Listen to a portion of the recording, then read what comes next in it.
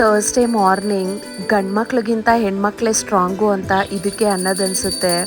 ನಮ್ಮ ಮನೆಯವರು ಯಾವಾಗ ಹುಷಾರ್ ತಪ್ಪಿದ್ರು ನನಗೆ ಅನಿಸೋ ಒಂದೇ ವಿಚಾರ, ಇವ್ರ ಮೊದಲು ನನಗೆ ಹುಷಾರ್ ತಪ್ಪಿರಬಾರ್ದಾ ಅಂತ ಅನ್ನಿಸ್ಬಿಡುತ್ತೆ. ತುಂಬಾ ಸೂಕ್ಷ್ಮ ನಮ್ಮ ಮನೆಯವರು.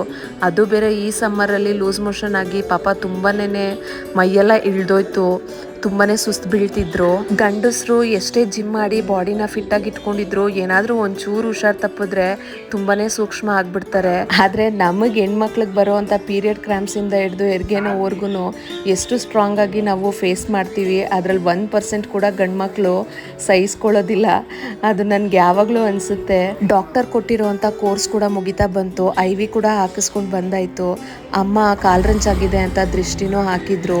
ಅಪ್ಪ ಬರೋವಾಗ ಮಗನಿಗೋಸ್ಕರ ತುಂಬಾನೇ ಚೆನ್ನಾಗಿರೋ ಎಳ್ನೀರು ಸಿಕ್ಕಿಲ್ಲ ಅಂತ 4-5 ಕಡೆ ಹುಡುಕಿ ಎಳ್ನೀರು ತಂದಿದ್ರು. ತುಂಬಾನೇ ಬಿಸಿಲಿದ್ದಿದ್ರಿಂದ ಅಪ್ಪಂಗೆ ಊಟನೂ ಮಜ್ಜಿಗೆನೂ ಪ್ಯಾಕ್ ಮಾಡಿ ಕೊಟ್ಟು ಕಳಿಸ್ದೆ, ಬಸ್ಸಲ್ಲಿ ಹೋಗ್ತಾ ಕುಡಿಲಿ. ಚಿನ್ನು ಬೇಗ ರಿಕವರ್ ಆದ್ರೆ ಅಷ್ಟೇ ಸಾಕನ್ಸ್ಬಿಟ್ಟಿದೆ.